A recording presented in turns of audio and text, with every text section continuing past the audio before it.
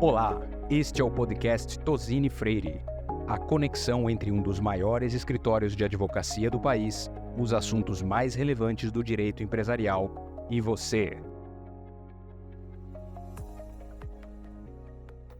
Bom dia, boa tarde, boa noite a todos. A gente está gravando aqui mais um podcast do nosso programa de podcast do Tozini Freire. Hoje a gente tem a honra de ter aqui conosco o Ricardo de Holanda, que é da Reut, junto com a minha sócia Fernanda Pazello, sócia da área tributária, e eu, Bruno Teixeira, também sócio da área tributária. Vamos discutir um pouco sobre os efeitos, os impactos, as dores, os risos da Lei Complementar 224, que é uma proposta do governo federal, muito em razão do momento em que se encontra o país, em estado pré-eleitoral, necessidade de caixa do governo, elevação de gastos. Houve, então, a redução linear, que é pelo menos o que o governo diz, que é uma redução linear, podemos discutir o critério que foi utilizado em relação a isso, dos benefícios fiscais concedidos pela União. Fê, Ricardo, querem dar um olá aí para todo mundo? Olá, é um prazer estar falando sobre esse tema da Lei Complementar 224, um tema muito relevante agora para esse começo de ano, e é um prazer ter o Ricardo da Reut aqui conosco. Olá, pessoal. Obrigado pelo convite, né? Prazer estar aqui com vocês, discutindo esse tema tão importante, um tanto quanto indigesto, mas muito importante para pensar nas estratégias tributárias aí, do primeiro trimestre de 2026. Muito bem. Bom, vou fazer aqui um apanhado geral da norma, e depois vou abrir aqui o espaço tanto para a Fê quanto para o Ricardo. Eles vão trazer um pouco mais a fundo ali os aspectos mais significativos, mais importantes de toda essa discussão, os setores que estão sendo impactados, uma série de dúvidas que foram surgindo logo depois da promulgação da norma. E vejam que nós tivemos a Lei Complementar 224, nós tivemos o Decreto 12.808, depois veio uma Portaria 3278, depois Instrução Normativa 2305, que foi alterada posteriormente por uma nova instrução normativa, ou seja, houve uma dinâmica muito grande aqui, muito importante, de regulamentação dessa matéria, e várias dúvidas, obviamente, surgiram, né, e ainda estão surgindo em relação a isso. E já tivemos, inclusive, o início de um contencioso judicial em relação a essa matéria, que já era mais ou menos esperado, né, quando se trata de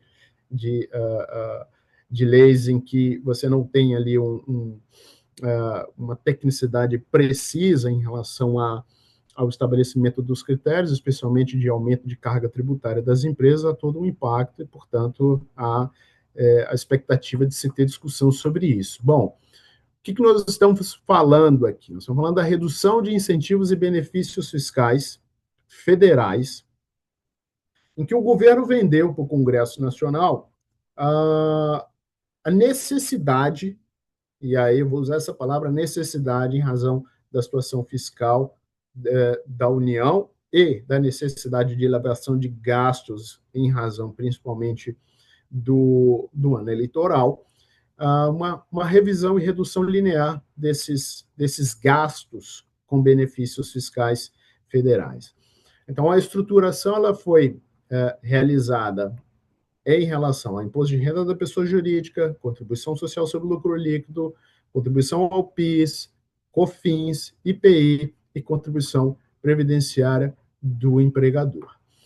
O sistema, a lei, ele vai alcançar dois tipos específicos de incentivos. Tá? E aí a gente vai entrar a fundo em alguns deles aqui para que fique mais claro toda essa questão.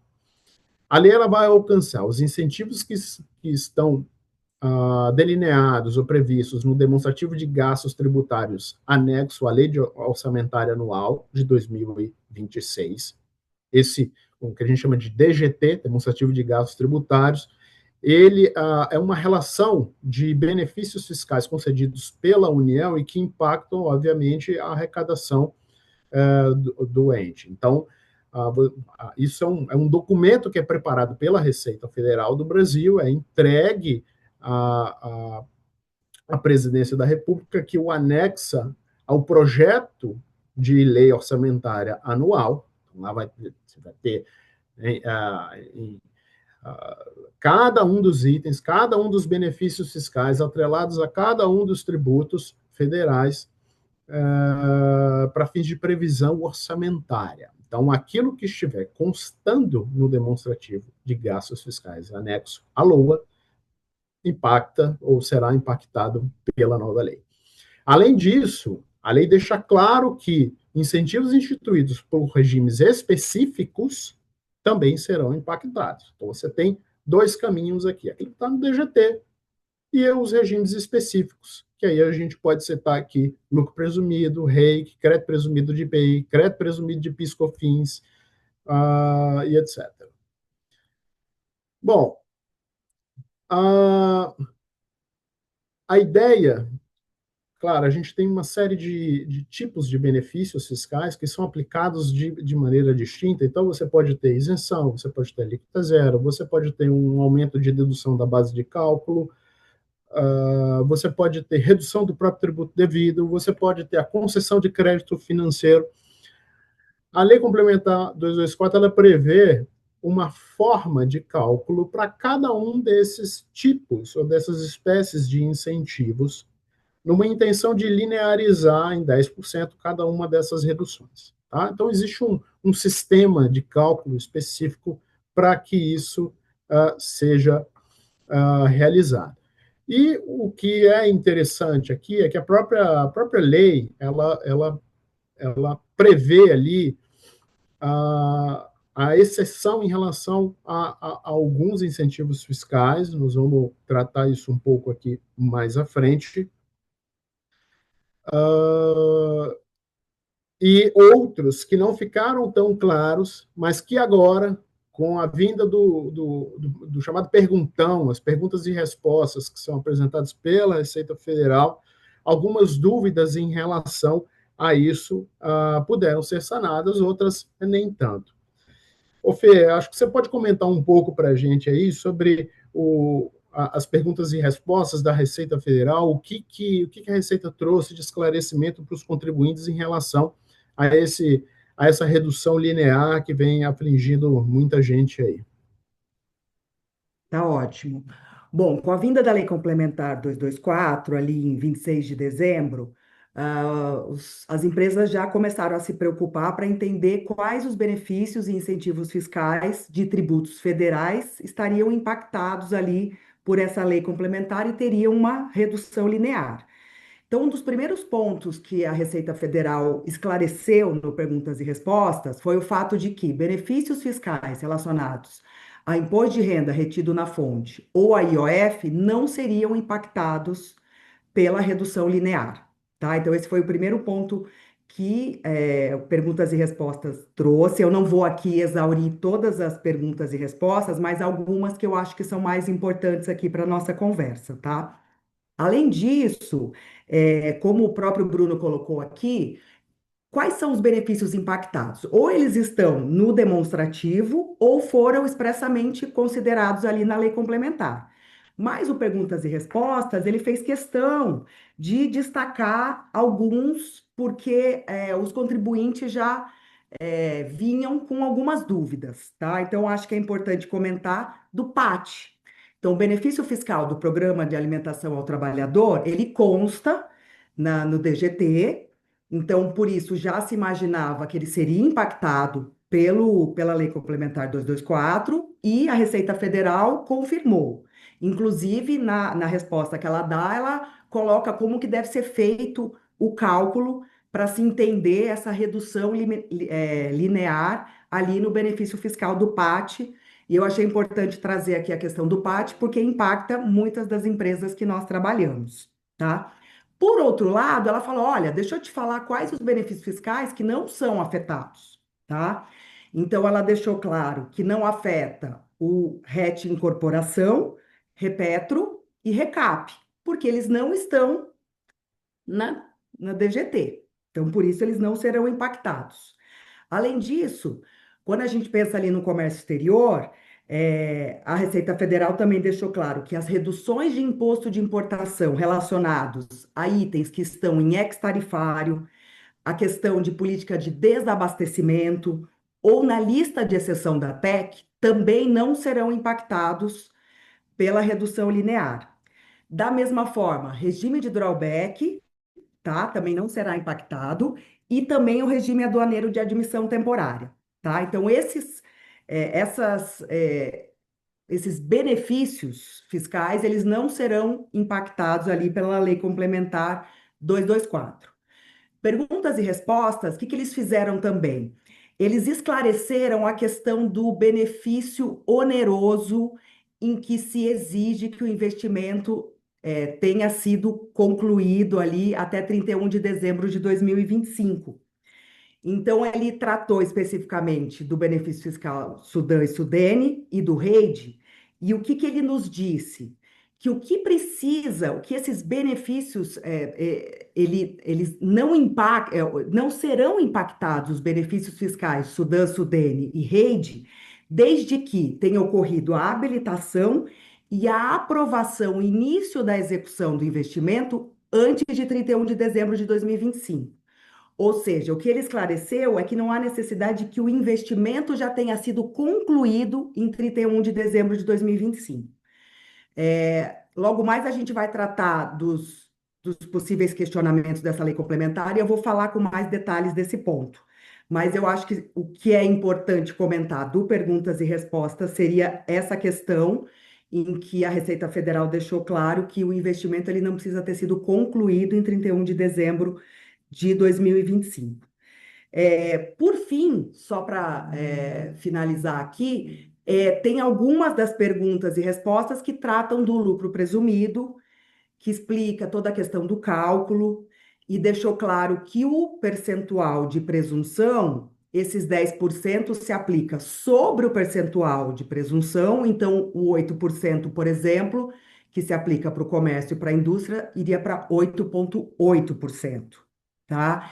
Então, existia uma dúvida se esse 8 seria um acréscimo de 10, iria para 18, da mesma forma o 32, né? Então, ela também deixou claro que os 10% é sobre esse percentual de presunção. Acho que esses seriam os principais pontos, Bruno, que eu gostaria de trazer aqui. Legal, Fê. Essa questão do lucro presumido, isso tirou o sono de algumas pessoas, apesar a leitura que eu fiz da Lei Complementar 224, a primeira leitura, eu extraí exatamente essa conclusão, né, que seria a aplicação, porque senão não faz sentido, não faria sentido ali você ter uma redução linear, porque quem estava a 8 iria para 18, se fizesse a soma do percentual, a soma absoluta do percentual, ele ia mais que dobrar a base de cálculo dele em relação à tributação, né? Ainda bem que a Receita Federal trouxe essa questão aí para trazer alívio para todo mundo, né? Ricardo, vários setores impactados, gente preocupada, gente redesenhando o seu ROI, suas operações. O que você diz para a gente aí em relação aos principais setores impactados aqui por essa medida? Bem, Bruno, é uma medida que impacta todo mundo. Acho que a gente tem que considerar que à medida em que a gente tem um DGT longo, né, muito longo, na verdade, e tem lá a tributação de consumo e tributação de renda, pega o PAT, por exemplo, que a Fernanda comentou, vai impactar aí praticamente todas as empresas de lucro real. Pouquíssimas lucrativas não usam esse tipo de programa, mas pensando aqui nos principais impactados ou nos principais perdedores, com essa mudança, a gente pode começar sim com as empresas de lucro presumido, 10% de aumento da tributação da receita, 0,3 aproximadamente, se a gente vai falando de empresas que estão sujeitos ao percentual de 8,12, né? Então, elas tributam 3,08, já fazendo a conta aqui de 34 sobre os 8,12, e empresas de serviço vão ter 10% de 10,88, então 1%, 1 e alguma coisa por cento de tributação sobre a receita, né? E aqui, não considerando sobre o lucro, mas sobre a receita. E isso deve gerar impacto em preço. Eu sempre tenho brincado quando a gente fala com os clientes sobre reforma tributária, que ninguém quer ser o altruísta da reforma tributária, né? Quando a gente pensa em reprecificação, etc. Então, muito provavelmente, a gente não vai ter grandes altruístas aí também, quando a gente estiver falando de Lei Complementar 224. Ninguém vai querer perder margem. Então, a tendência é que a gente tenha um repasse de preços, isso já gera um choque necessário. Então, as empresas de lucro presumido, aquelas que venderem para consumidor final vão ter talvez uma dificuldade maior de fazer isso, né? Então, prestadoras de serviço, né? Muito prestador de serviço está no lucro presumido, sobretudo aquelas que não têm insumos de PIS e COFINS, né? Às vezes isso é uma forma de diminuir a carga de tributação sobre receita, do 925 para 365, então acaba ficando presumido. Outro impacto grande que a gente vê, Bruno e Fernanda, é o agronegócio. E aqui, qual a etapa do agronegócio? Todas as etapas do agronegócio. A gente pode dizer que do campo à mesa, literalmente. À medida em que os insumos agropecuários ficarão mais caros, só pensar uma indústria de fertilizante vai comprar seus insumos, agora com a tributação de 0,925, né, que por dentro da 0,93, vai? Então, vamos arredondar aqui para 1%. Então, vou comprar 1% mais caro, vão vender 1% mais caro, depois o distribuidor vai repassar esse preço e vai chegar lá no produtor, que vai vender mais caro, depois para a indústria de alimentos. A indústria de alimentos, salvo aquilo que tiver nos anexos 1 e 15 da Lei Complementar 214, também vai ter esse aumento de 1%, aí vai chegar lá no mercado, então a cadeia inteira vai sendo cascateada. E depois a gente vai falar um pouco com mais profundidade disso, mas a questão do crédito aqui passa a ser uma segunda penalidade. Então, evidentemente, tem uma discussão, depois a gente comenta um pouco mais sobre isso, mas quanto mais longa a cadeia, mais impacto essa questão da limitação do crédito, ou da possível limitação do crédito que a Lei Complementar 224 trouxe, gera. Então, de novo, essa cadeia longa, né? A indústria de fertilizante compra, não toma o crédito. Ela vende para o distribuidor de insumos agrícolas, que também não toma o crédito. E vem para o produtor rural, que a maior parte das vezes é a pessoa física, morreu a cadeia, né? Então, ficamos com um resíduo tributário aqui. Vamos recomeçar a cadeia da trading ou da indústria de alimentos para frente? E a gente começa com esse 1% cascateado lá na frente. Então, aqui a gente deve, sim, ter um impacto muito severo em preços. Nem tudo vai conseguir ser repassado, né? Então, quem fez seu orçamento lá em outubro, novembro, provavelmente vai ter que readequar. Quem precificou, não considerando isso, talvez vai ter que readequar.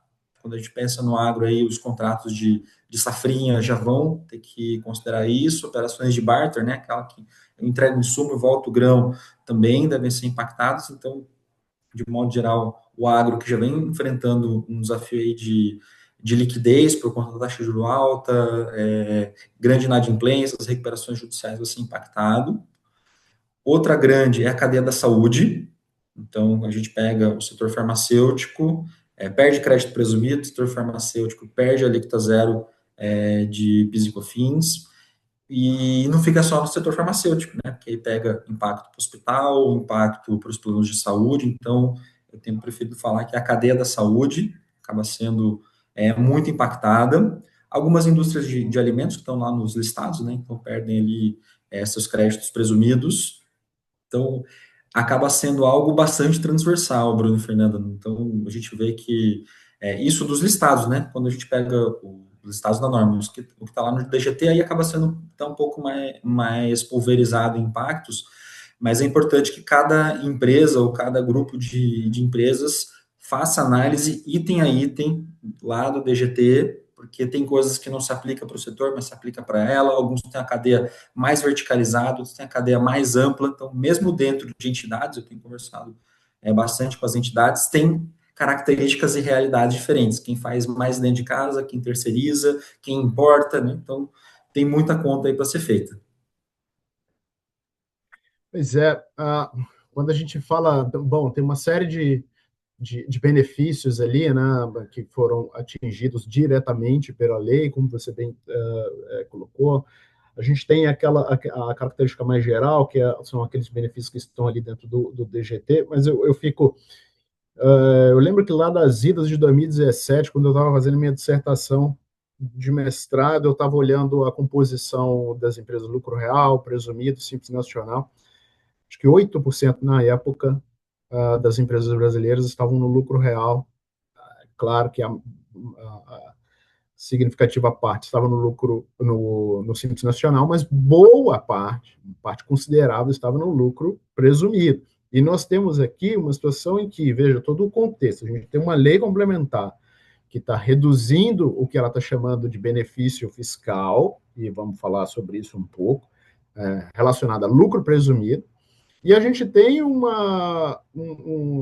nós estamos encaminhando para o encerramento do PIS e da COFINS em razão da reforma tributária, já no ano que vem, já entrando então em vigor a CBS, e aí você não tem mais aquela vantagem competitiva, né, adicional que o lucro presumido tem hoje em dia, que é justamente as alíquotas reduzidas ali por conta da cumulatividade, né, de 3,65.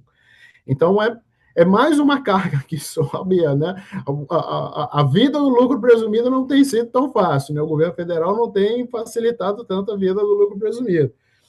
E aí eu vou falar um pouco aqui sobre justamente essa discussão, e nós já tivemos a primeira judicialização, a primeira liminar em relação a esse ponto, né? Então, o lucro presumido, em tese, e aí você tem um dispositivo lá no Código Tributário Nacional, artigo 44, que vai dizer que a tributação sobre o lucro, ela comporta 3 regimes distintos. O lucro real, que é a apuração do lucro da pessoa jurídica por excelência, né? Na formulazinha receita menos custo menos despesa, daquilo que for dedutível, daquilo que for tributável, o lucro presumido e o lucro arbitrário.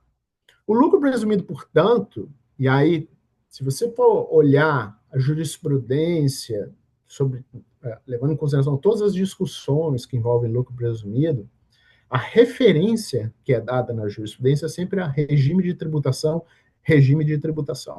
e não necessariamente a um benefício fiscal, né? Até porque a lei complementar, que é tida como lei complementar, o Código Tributário Nacional, ele não traz em si benefícios fiscais, ele traz regras gerais de tributação, dentre elas a previsão dessas 3 formas de tributação sobre o lucro. Então, a discussão ela já veio pronta. A gente tem uma lei complementar que pretendeu reduzir, o objetivo dela é reduzir de forma linear benefícios fiscais, e ela inclui dentro daquilo, dentro do que ela entende como benefício fiscal, justamente o regime de lucro presumido. E eu costumo dizer que as coisas têm nome, né? E a gente tem que respeitar o nome das coisas. Mas poderia uma lei federal aumentar a base de presunção da tributação do lucro presumido? Poderia. Só que não poderia sob a pecha de ser benefício fiscal. Esse é o ponto. E todas as discussões tributárias, a gente tem nós tivemos uma era anterior de muita discussão em matéria tributária justamente em relação a essas conceituações. E normalmente o problema está na base de cálculo, né?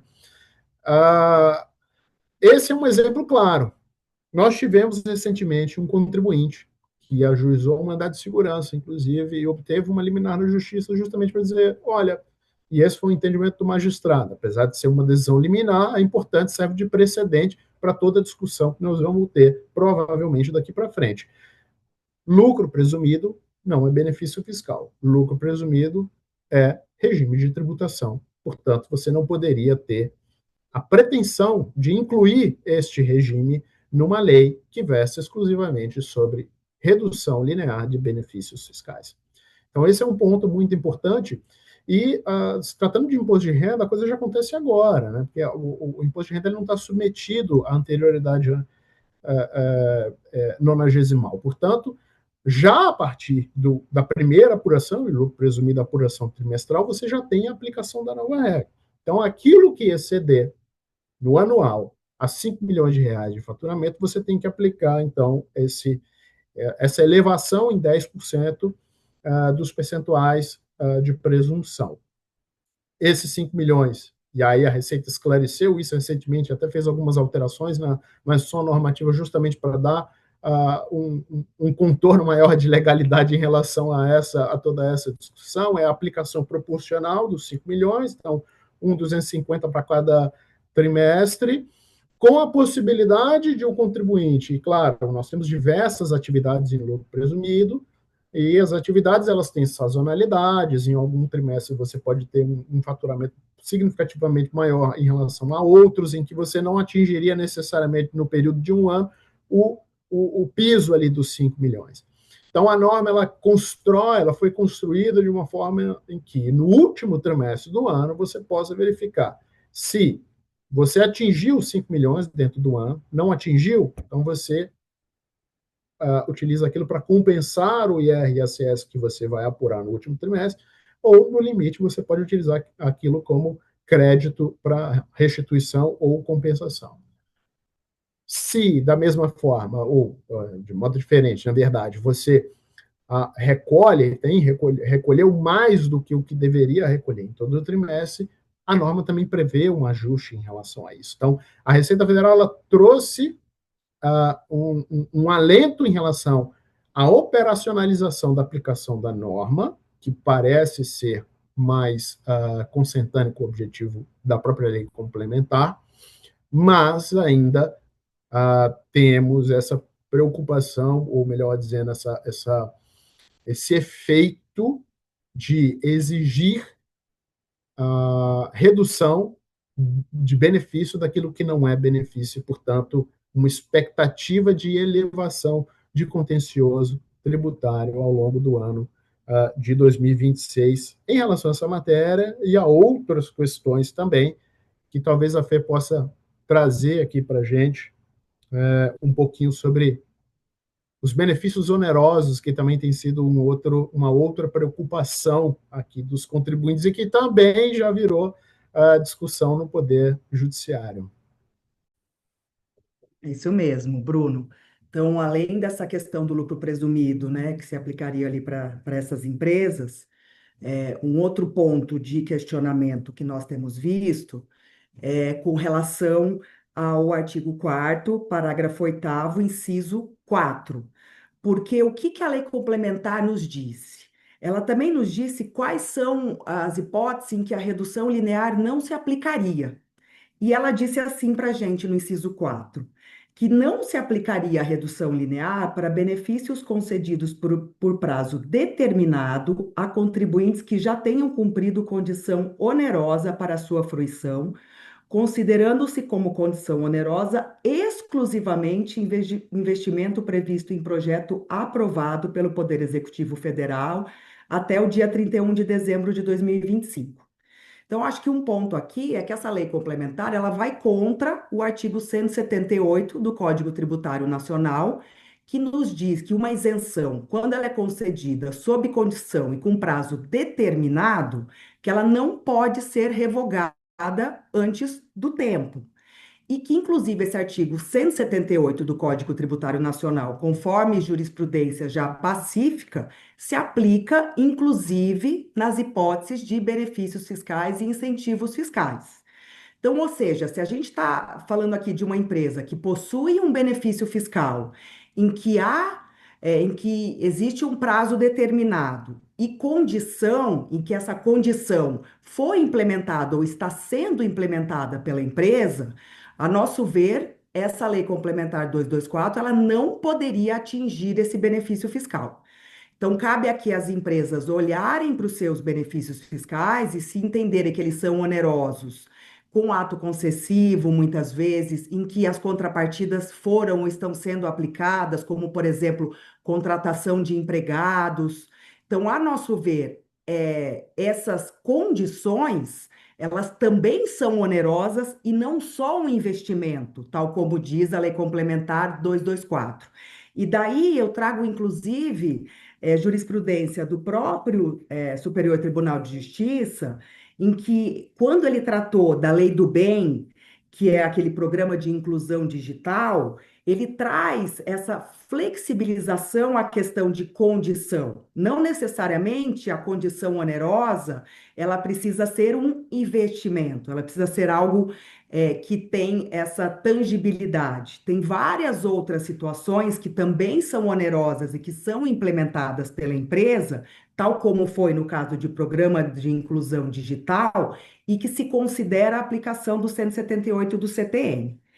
Este ponto, ele foi trazido nessa ADI 7920 pela CNI, que inclusive já tem vários pedidos de amicus curiae para participar dessa discussão, em que a CNI ela está discutindo especificamente esse inciso 4 da Lei Complementar 224, por ele ter restringido, tá? Então a gente tem essa ação que já está no Supremo, mas isso não descarta o fato de que as empresas podem olhar para os seus benefícios e também buscar o judiciário para afastar a Lei Complementar 224 nas situações em que a gente considera que é um benefício fiscal oneroso, tal como foi considerado até hoje em dia. Então, se tem um prazo determinado e se a empresa teve que cumprir condições, ela não deveria ser impactada por essa redução linear da Lei Complementar 224.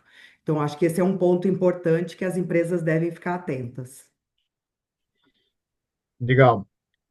E temos outra discussão também que diz respeito sobre os créditos de PIS e COFINS em razão da redução dos benefícios. Acho que o Ricardo pode comentar um pouquinho para a gente. Pois é, pessoal. Além de aumentar a carga tributária, a gente ainda tem uma controvérsia associada ao crédito, quando a gente pensa aqui, sobretudo na tributação de PIS e COFINS, que saiu de 0 para 0,925 para as empresas de real e 0,03 para as empresas de presumido. O que diz o parágrafo 7º do artigo 4º da 214? Que eu não posso apropriar o crédito sobre as operações em que originalmente ou anteriormente à publicação daquela norma não gerassem crédito. Então, o que nos parece aqui? Que o legislador quis vedar o crédito. E aqui a gente passa a ter dois problemas. Acho que o primeiro problema é o de não cumulatividade. Então, se a opção do regime não foi pelo não cumulativo de PIS e COFINS, ele tem que vir com a não cumulatividade. E a não cumulatividade ela pode ser restringida em alguma medida? Como disse muito bem o Bruno ali, os nomes importam. Eu poderia ter vedado crédito em alguma possibilidade? Poderia, talvez, com uma série de ressalvas, mas aqui a gente passou a instituir a tributação. Então, se há a tributação anterior, a consequência é que deva haver o creditamento. Então, a gente passa a ter aqui um primeiro problema, e esse sim nos parece aqui um ponto muito crítico de questionamento, porque ele significa que o impacto não é só um aumento de 10%, né, como eu comentei anteriormente, a gente passa a ter um resíduo tributário na cadeia, isso vai cumulando tributo, né, então eu vou ter um acúmulo de crédito ao longo da cadeia, que vai inclusive contra a própria intenção, ou a dita intenção do legislador de reduzir o benefício em 10%. Nesse caso, eu não estou incrementando a arrecadação em 10%, estou incrementando a arrecadação muito maior. Se eu tenho 4, 5 etapas produtivas ao longo da cadeia, cada uma tributando 1% e não gerando o crédito correspondente, a carga tributária lá na ponta não é de 1%. A carga vai ser de 3, de 4, de 3,5%, né? Depende, obviamente, das margens ao longo da cadeia. Então, a gente também tem esse vício que vai contra o próprio racional do projeto. Então, nos parece fazer bastante sentido questionar essa norma sob o viés do crédito, e o crédito aqui, pelo menos o 0,925, né? Eu sei que tem gente que está querendo já ampliar a discussão, mas pelo menos o crédito do 0,925, que é aquilo que foi efetivamente pago ali na cadeia anterior. A não cumulatividade do PIS/COFINS tem uma técnica diferente, sim, sabemos, mas pelo menos isso garante algum nível de neutralidade. Tem gente querendo ampliar essa discussão para fazer o crédito cheio? Sim, mas aqui talvez seja um outro passo, porque ele gera um impacto contrário, né? Ele incrementa a arrecadação de um projeto que queria reduzir. Então, acho que essa é uma cautela importante. Também tem aparecido aí, Fernando e Bruno, algumas interpretações no sentido de talvez tentar conciliar esse parágrafo 7º com a lógica da não cumulatividade, né? Como que eu interpreto ele de um modo que talvez ainda seja viável, né? E case isso com o operacional das empresas. Então, talvez seja o caso de, numa compra em que ela deixe de ser alíquota zero e passe a ser tributado pelo PIS e COFINS, eu fazer uma segregação. Uma parte disso eu vou considerar como tributado, outra parte disso eu vou considerar como alíquota zero, e aquela parte tributada eu tomaria o crédito normal e a alíquota zero não. Por enquanto, a gente não tem nenhuma indicação nesse sentido. E né, a Fernanda comentou muito bem ali do perguntas e respostas, e não falamos nada, né, não tivemos nada sobre a parte do crédito. Então, esse talvez fosse um dos temas mais importantes para serem comentados, e não tivemos manifestação nenhuma. E aqui parece aquele silêncio eloquente, né?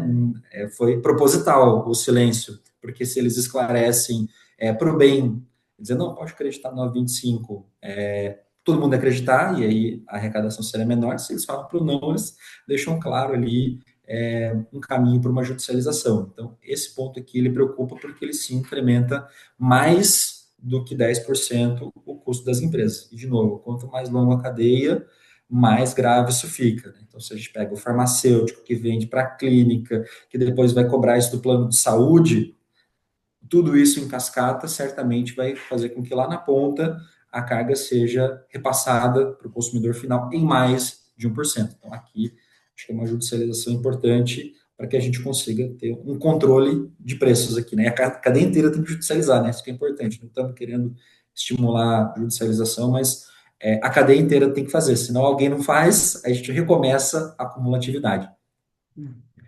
Ricardo, é muito importante aqui, só acrescentando aí a essa discussão, o fato de que, embora a gente tenha um judiciário que, olhando para a não cumulatividade de PIS e COFINS, nos tenha dito que, olha, quem define a não cumulatividade do PIS e COFINS é o legislador, esse próprio judiciário, ele também nos disse o que ele entende minimamente que seria a não cumulatividade para o PIS e para a COFINS, e ele sempre deixou muito claro de que se houve tributação na etapa anterior, tem que dar o crédito de PIS e COFINS. Então, é justamente essa situação que a gente está tratando agora, em que ao trazer essa redução linear, esses itens serão tributados, né? E ao serem tributados, eles deveriam dar direito ao crédito de PIS e COFINS e essa vedação, embora tenha visto em lei, tenha vindo em lei, vai contra esse racional. Exato. A redução linear ela tem que ser sobre valor agregado, né, em tese, quando o tributo é não cumulativo, e não sobre todos os valores ali nas cadeias, especialmente as cadeias mais longas de produção, que certamente serão impactadas aqui. Bom, acho que a gente está caminhando aqui para o final. Eu queria agradecer aqui o Ricardo por ter aceitado o nosso convite. É sempre um parceiro nosso aqui. É sempre um prazer tê-lo conosco, dividindo as suas impressões, todo o seu conhecimento técnico em relação a essa matéria e tantos outros assuntos que trabalhamos juntos. Agradecer também a minha sócia, Fernanda Pazello. Mais uma vez juntos aqui, né, Fê? Mais um tema para a gente tocar. E vou abrir aqui para vocês se despedirem e vamos lá. Bom, acho que só agradecer ao Ricardo por estar aqui conosco. Bruno, é um prazer participar desse podcast com você. Mais um tema que a gente com certeza vai tratar muito durante esse ano de 2026 e dizer aos nossos clientes, parceiros e às empresas que nós estamos à disposição aí para analisar com eles todos esses impactos. Bem, primeiro, agradecer o convite, prazer estar aqui com vocês, Fernanda, Bruno. Eu acho que o recado final tem bastante trabalho a fazer, pessoal. Temos que fazer conta, temos que entender os impactos, porque aquilo que a gente projetou no final do ano é muito diferente daquilo que vem ao longo do ano. Então, repensar contratos, repensar preços, medidas judiciais, eventualmente, se necessárias, mas para a gente terminar 2026 da forma que a gente planejou 2026, tem muita ação a ser feita.